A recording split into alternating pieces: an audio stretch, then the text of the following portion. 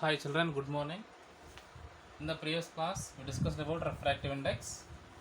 Now, we are going to learn about image formation by lenses also. Okay, no?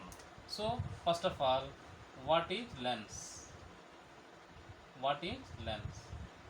What is lens? Lens is a transparent material. Lens is a transparent material, as you know very well. But it has one or two spherical boundary.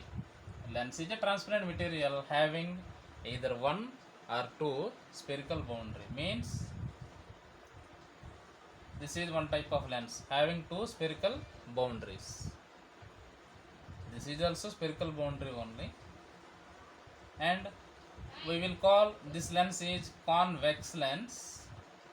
This is concave lens, and two more lenses also there. Nonna. One is plane and another one is vex. So this is plano convex. Now plano concave. So in these two lenses only one spherical surface is there and one remaining one is plane. Okay, so that's why you can say lens is a transparent material and it has one or two spherical boundaries. Okay, Nana. So in our section, in this section, we are reading about two types of lenses, Nana. Those are convex lens and concave lens. Convex and concave lens. Okay. So here, as you observe, it has two spherical boundaries. No, that's why it has two principal foci. Principal foci. Single means focus, but it has two surfaces. So two focal lengths, two focus will be there. That's why we call foci. Okay, Nana? And first of all, if you pass a parallel beam of light rays, what will happen? All these uh, parallel beam of light rays will converge at a point.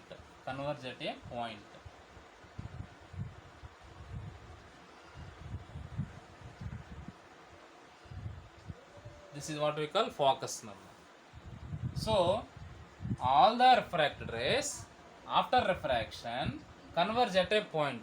So that's why we can say convex lens is converging lens.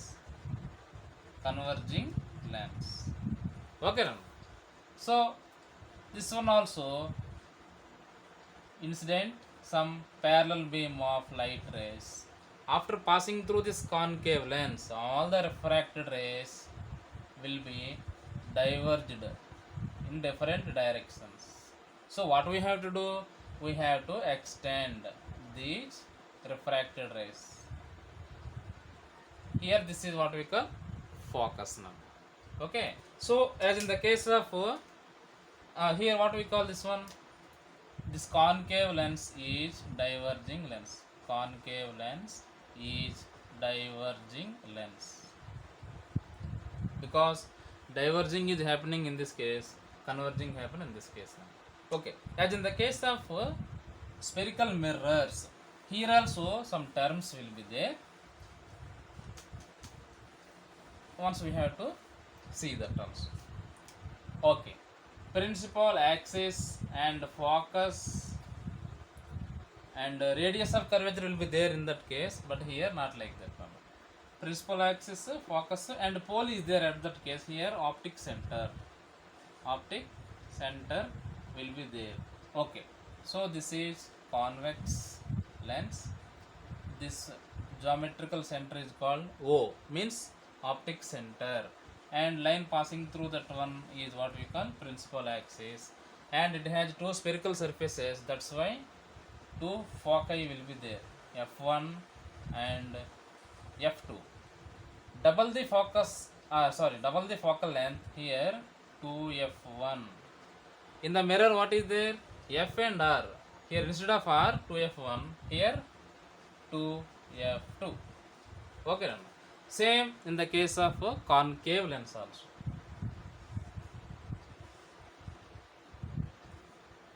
O f1 2f1, f2, 2f2. Okay, now we have to draw image formation in the case of spherical lenses. So before drawing that ray diagrams, what we have to know? We have to know ray diagrams rules. We have to first of all know. You will easily understand because already in the case of mirrors you learnt rules how to draw that one. Same rules will be here also. Okay, first of all, if an incident ray passing parallel, parallel to the principal axis, then how the refraction will be passing parallel to the principal axis. Then what is happening? O principal axis.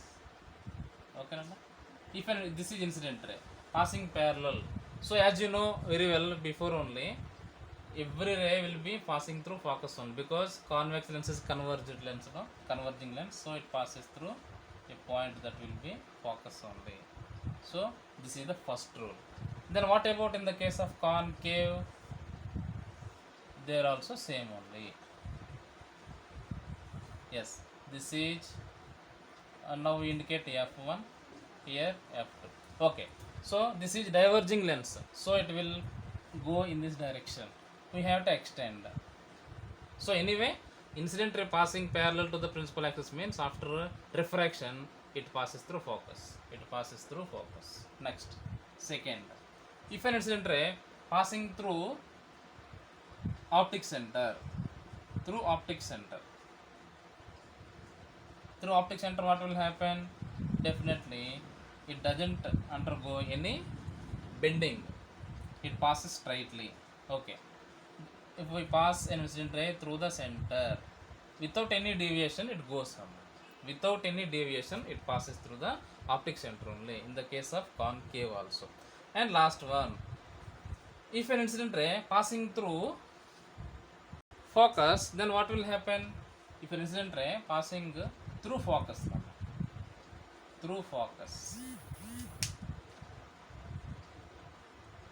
passing through focus, convex lens, optic center, we know this is f1, this is f2. If an incident ray passing through focus, after refraction it passes parallel to the principal axis. Then what about in the case of concave? In the concave also same, optic center, f1 and f2. So if you pass an incident ray through focus means this is focus, no? If we pass in this direction, for example,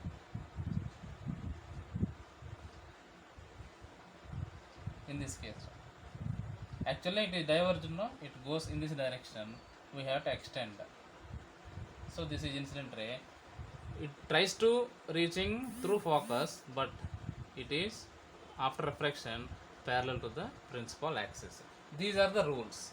So based on these rules we can easily draw ray diagrams. Okay.